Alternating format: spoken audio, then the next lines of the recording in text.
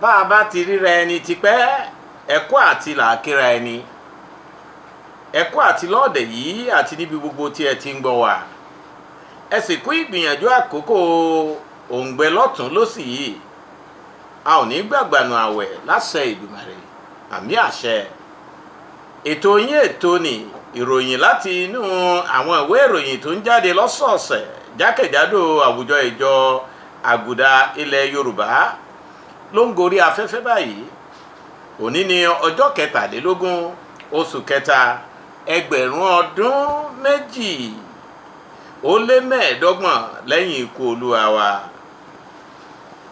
23rd of March 2025 ilé-iṣẹ́ ìgbóhùnsáfẹ́fẹ́ ti Space TV náà láti ń kàn sí orúkọ tèmi ni àlùfáà Paul Aṣáwálé ẹ jẹ́ ká tara ṣàṣà gbọ́ àwọn kókó tó wà nínú ìròyìn tọ̀sẹ̀ yìí. Ojú ìwé kínní ti Catholic Weekly Independent láti ìlú Ìbàdàn tí mo fi síde tọ̀sẹ̀ yìí sọ pé ilé ìwòsàn OLA na àsíá 100 ọdún ìrètí sókè. OLA Hospital flags up 70 years of hope. Ẹ̀kúnrẹ́rẹ́ àbájáde ìpàdé àwọn bíṣọ̀bù ìjọ Àgùdà orílẹ̀-èdè yìí ló kún ojú ìwé 9 ti Catholic Weekly Independent. A ó fìdí ẹ̀ tó yín létí nínú ẹ̀kúnrẹ́rẹ́ àwọn ìròyìn náà. Ẹ yéé pa àwọn àlùfáà ìjọ Àgùdà Nàìjíríà nípakúpa o. Ojú ìwé 10 ni ìkìlọ̀ yìí wà. Ètò ẹ̀kọ́ wà lábẹ́ àfonúfojì. Àwọn bíṣọ̀bù béèrè fún ṣíṣípadà àwọn ilé ẹ̀kọ́ tó wà ní títìpa. Ìwé ìròyìn The Catholic Herald ló fi èyí síde àwọn ìròyìn rẹ̀. Níbi ìsìnkú Reverend Father Okechukwu, bíṣọ̀bù Kúndì ní àwa ò ní sojo. Ojú ìwé 4 ló wà. Òṣèlú alápàsípayọ àti ìsísọ lójú ìṣèjọba Tinubu. Mohammed Dahiru Aminu ló yànyàn náà èyí sínú ojú ìwé tó gbẹ̀yìn The Catholic Herald. Àwọn wo gan là ń pè ní díákọ́nì àti pé kí ni ipa wọn nínú ìjọ Àgùdà? Ìdáhùn rẹ̀ wà lẹ́kùnrẹ́rẹ́ ní ojú ìwé 12 ti CDA Rock. Àṣẹ Kristi kìí ṣe èyí tí fipá múni o. Èyí jẹyọ nínú ìwàásù bíṣọ̀bù Adésínà níbi ìfilọ́lẹ̀ St. Gabriel Pastoral Region. Ojú ìwé 3 ti The Partner ló wà. Ipa wo gan ni àwọn òbí ìsàmì ń kó nínú ìbátisí ọmọ nínú ìjọ Àgùdà? Ojú ìwé 13 ni ìdáhùn rẹ̀ wà nínú ìwé The New Chronicler láti ìlú Ìlọrin. Àlùfáà Ajéwọlé ṣayẹyẹ ìmọrírì oore Ọlọ́run nínú ayé rẹ̀. Ojú ìwé 2 ti The New Chronicler láti ìlú Ìlọrin ló wà. Ní báyìí ẹ farabalẹ̀ gbọ́ àwọn ìròyìn náà lẹ́kùnrẹ́rẹ́. Ilé ìwòsàn Our Lady of Apostles Olúyọ̀rọ̀ Ìbàdàn náà wá àṣẹ ìdúpẹ́ 100 ọdún ìrètí sókè.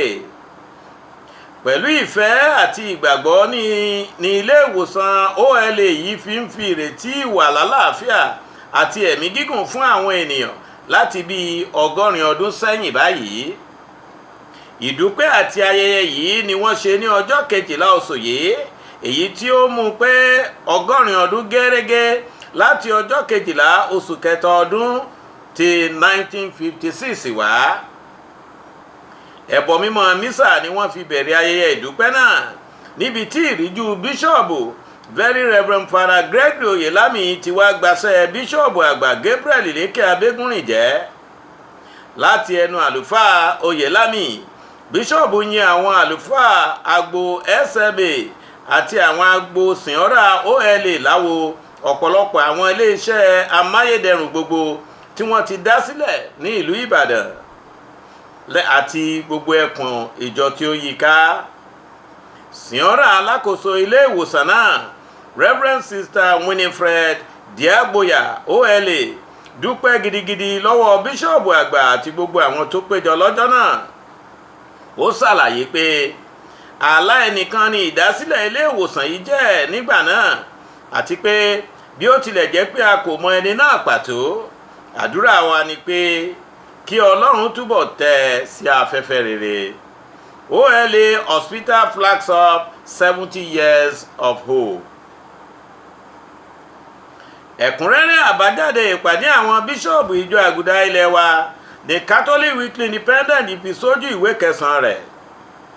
Nínú rẹ̀ ni àwọn bíṣọ̀bù ti yin ìjọba àpapọ̀ láwo lórí àwọn ìdàgbàsókè kọ̀ọ̀kan tí wọ́n rí káàkiri orílẹ̀-èdè yìí.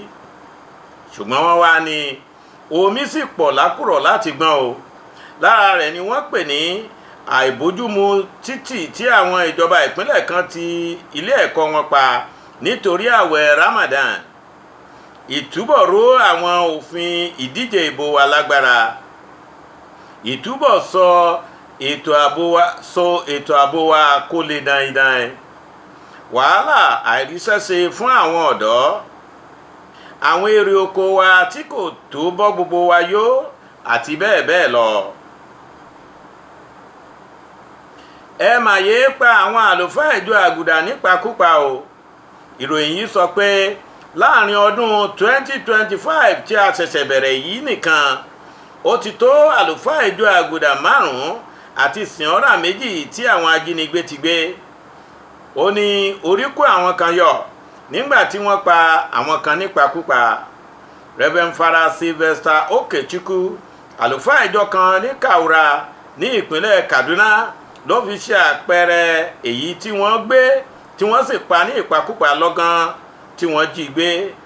Bákan náà ló ní wọ́n gbé àlùfáà Philip Ekuweli láti ẹkùn ìjọ Auchi ní ìpínlẹ̀ Edo pẹ̀lú ọmọ ẹ̀kọ́ṣẹ́ àlùfáà kan tí wọ́n sì pa ọmọ ẹ̀kọ́ṣẹ́ náà nípakúpa. Ìròyìn yìí wá ké sí àgbájọ àwọn àjọ aláàbò ìjọba pẹ̀lú àwọn ará ìlú láti dìde gbójú agan sí àwọn amòòkùnsìkà yìí. Say no to gruesome attack on Catholic priests. English. Ètò ẹ̀kọ́ wà nínú àfonífojì báyìí o. Àwọn bíṣọ̀bù ìjọ Aguda orílẹ̀-èdè yìí béèrè fún ṣíṣípadà àwọn ilé ẹ̀kọ́ tó wà ní títìpa láwọn ìpínlẹ̀ òkè ọya nítorí àwẹ̀ Ramadan. Láàrin ọ̀pọ̀ ìbéèrè àwọn bíṣọ̀bù yìí lọ́wọ́ ìjọba àpapọ̀ lákòókò ìpàdé wọn ní ìlú Àbújá ní ọjọ́ 8 sí 12 oṣù kẹta ọdún yìí ní kíkọminú wọn sí títìpa àwọn ilé ẹ̀kọ́ òkè ọya yìí ti jẹ jáde. Ìbéèrè wọn yìí ni wọ́n ló dá lórí ẹ̀tọ́ àwọn ọmọdé sí ẹ̀kọ́ àti bí orílẹ̀-èdè wa kì í ti ṣe orílẹ̀-èdè ẹlẹ́sìn kan. Wọ́n wá ní kí ìjọba àpapọ̀ tètè gbé ìgbésẹ̀ o lórí ìdápadà títì àwọn ilé ẹ̀kọ́ wọ̀nyí kí àwọn ọmọ wa lè máa bá ètò ẹ̀kọ́ wọn lọ láìséwu. Bishops demand reversal of schools closure. Ojú ìwé kìíní ti The Catholic Herald ló wà. Níbi ìsìnkú Reverend Father Okechukwu, Bíṣọ̀bù Kundi ní àwa ò ní sójò. Bíṣọ̀bù ti ẹkùn Kàfàǹchà yìí, Most Reverend Julius Yakubu Kundi, sọ pé kí àwọn ìjọ rẹ̀ lọ túnra mú o, kí wọ́n sì dúró déédéé láì sójò láti máa túbọ̀ tan ìmọ́lẹ̀ Kristi káàkiri ẹkùn náà. Èyí ló sọ nígbà tó ń wàásù níbi ìsìnkú ọ̀kan nínú àwọn àlùfáà rẹ̀, Reverend Father Sylvester Okechukwu, ẹni tí wọ́n jí gbé tí wọ́n sì kùn wẹ́lẹ́wẹ́lẹ́ ní ọjọ́ ọdún eérú tí àwẹ̀ àwọn onígbàgbọ́ bẹ̀rẹ̀. Ọdún 4 péré nìròyìn sọ pé àlùfáà yìí ṣẹ̀ṣẹ̀ ṣe nínú iṣẹ́ àlùfáà. Bíṣọ̀bù wa sọ pé àwọn ò ní sá sẹ́yìn o, àwọn kò sì ní sójò títí ìgbà tí ìmọ́lẹ̀ Kristi yóò fi borí iṣẹ́ òkùnkùn èṣù mọ́lẹ̀. We will not retreat, Bishop Kundi. Òṣèlú alápàsípàyọ àti ìsísọ lójú ìṣèjọba Tinubu. Èyí ni Mohammed Dahiru Aminu yànnàná sójú ìwé ìròyìn tó gbẹ̀yìn The Herald. Ìròyìn yìí pé ààrẹ Tinubu ní alápàsípàyọ ààrẹ, ìyẹn ní patch president.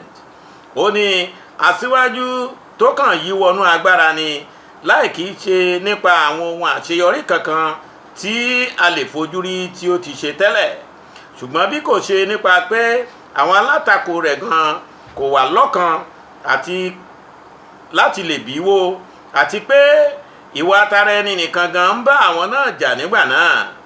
Ó wá ní bí àwọn alátakò yìí bá lè ṣe ara wọn lọ́kàn, ààrẹ Tinubu kò lè padà sórí àlééfà ní ọdún 2027 nítorí pé orí ilẹ̀ tó ń mì ní ẹgbẹ́ APC tó ń ṣèjọba lọ́wọ́ kọ́lé ara wọn sí báyìí. Àwọn wo gan ni à ń pè ní díákónì àti pé kí ni ojúṣe wọn nínú ìjọ Àgùdà? CDA Rock sọ pé bí ó tilẹ̀ jẹ́ pé àlùfáà àti díákónì ìjọ Àgùdà fẹ́ farajọra nígbà mìíràn, síbẹ̀ ojúṣe wọn yàtọ̀. Díákónì ló ní ó jẹ́ ẹni tí a yàn gẹ́gẹ́ bí ẹ̀mí sákrámẹ́ǹtì kan nínú ìjọ láti sin àwọn ènìyàn, kì í ṣe láti jẹ́ kí àwọn ènìyàn sìn ín. Ó ní ojúṣe díákónì ni kíkéde ọ̀rọ̀ Ọlọ́run, ojúṣe ìlànà ìsìn yóò ní ministry of liturgy, àti ìbójútó àlàáfíà àwọn agbo àgùntàn ìyẹn ní pastoral ministry. Àwọn ojúṣe wọ̀nyí ló ní díákónì gbọ́dọ̀ máa múṣe fáráyé rí nínú ìjọ nígbà gbogbo. Àṣẹ Kristi kì í ṣe èyí tí fi ipá múni o. Bíṣọ́ọ̀bù Ìjẹ̀bú-Òde Most Reverend Dr. Adesina ló sọ èyí di mímọ̀ níbi ìfilọ́lẹ̀ St. Gabriel Pastoral Region ní ọjọ́ 14 oṣù kínní ọdún yìí. Ó sọ pé ayẹyẹ ayọ̀ àti mímọ rírì ìmọ́lẹ̀ Ọlọ́run nínú ayé ẹkùn Ìjẹ̀bú-Òde ló ń ṣẹlẹ̀ lọ́jọ́ náà, ní pàtàkì bí wọ́n ṣe ń ṣe ọdún júbílì ìrètí nínú ìjọ Àgùdà káàkiri àgbáyé báyìí. Ó tún ní àkòrí ìkàwé ọjọ́ náà ìyẹn ní ìhìnrere Máàkù orí kìíní ẹsẹ̀ 21 dé 26 tó dá lórí ìdáǹdè, agbára àti ìsọdọ̀tun gbọ́dọ̀ máa bá ọkàn àwọn ènìyàn náà sọ̀rọ̀ lórí àjọrìnrìn àjò wọn ní orígun ẹkùn tuntun tí wọ́n fi lọ́lẹ̀ yìí, pẹ̀lú ìríjú bíṣọ́ọ̀bù níbẹ̀ báyìí níyún ní Very Reverend Father Jude Marie Ezeibo. Ó wá kìlọ̀ wípé àṣẹ Kristi ni èyí tí wọ́n gbà lónìí yìí, èyí tí kìí ṣe àṣẹ ipá ṣùgbọ́n àṣẹ ìtọ́sọ́nà òtítọ́ Ọlọ́run, agbára ìfẹ́ àti ìwòsàn rẹ̀. Ipa gbòógì ni àwọn òbí ìsàmì ń kó nílé ayé ọmọ ìsàmì wọn o. Èyí ni The New Chronicle yànnàná sójú ìwé 13 rẹ̀. Gẹ́gẹ́ bó ṣe wí, ojúṣe ńlá ni òbí ìsàmì mú dání lórí ìbátisí ọmọ. Ó ní ipa tí àárò dáadáa ni ká tó tẹrí sí, nítorí pé àwọn ni wọn yóò ṣe onígbọ̀wọ́ ìbátisí ọmọ náà fún àwọn òbí rẹ̀. Èyí ni yóò fún wọn láṣẹ láti máa bójútó ìdàgbàsókè ọmọ náà àti ojúṣe rẹ̀ nínú ìgbàgbọ́ láti ọjọ́ ìbátisí yìí títí di ọjọ́ tí àwọn gan yóò jẹ́ ìpè Ọlọ́run. Àlùfáà Ajéwọlé ṣayẹyẹ ìmọ̀ rírì oore Ọlọ́run nínú ayé rẹ̀. Ayẹyẹ olópò méjì ló fi èyí hàn ní St. Patrick Catholic Church, Kulende Estate, Ìlọrin ní ìpínlẹ̀ Kwara ní ọjọ́ 26 oṣù keje ọdún yìí. Àlùfáà Raphael Àyànfẹ́ Ajéwọlé ló ń dúpẹ́ 20 ọdún nínú iṣẹ́ àlùfáà àti ọdún 15 nínú 20 ọdún yìí gẹ́gẹ́ bí agbóhùnsáfẹ́fẹ́ inú ẹ̀rọ rédíò.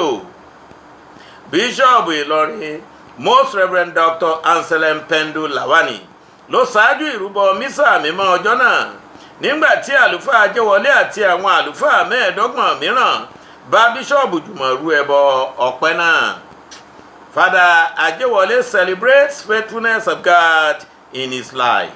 Ojú ìwé 2 àti 14 ní ẹ̀kúnrẹ́rẹ́ rẹ̀ wà. Ẹ jẹ́ kí n máa fèyí ṣe lọ lọ́sẹ̀ yìí náà. Títí ọ̀sẹ̀ tí ń bọ̀, tá ó tún máa mú àkọ́tún ìròyìn ìjọ Àgùdà ilẹ̀ Yorùbá wá sétí gbọ́ yín.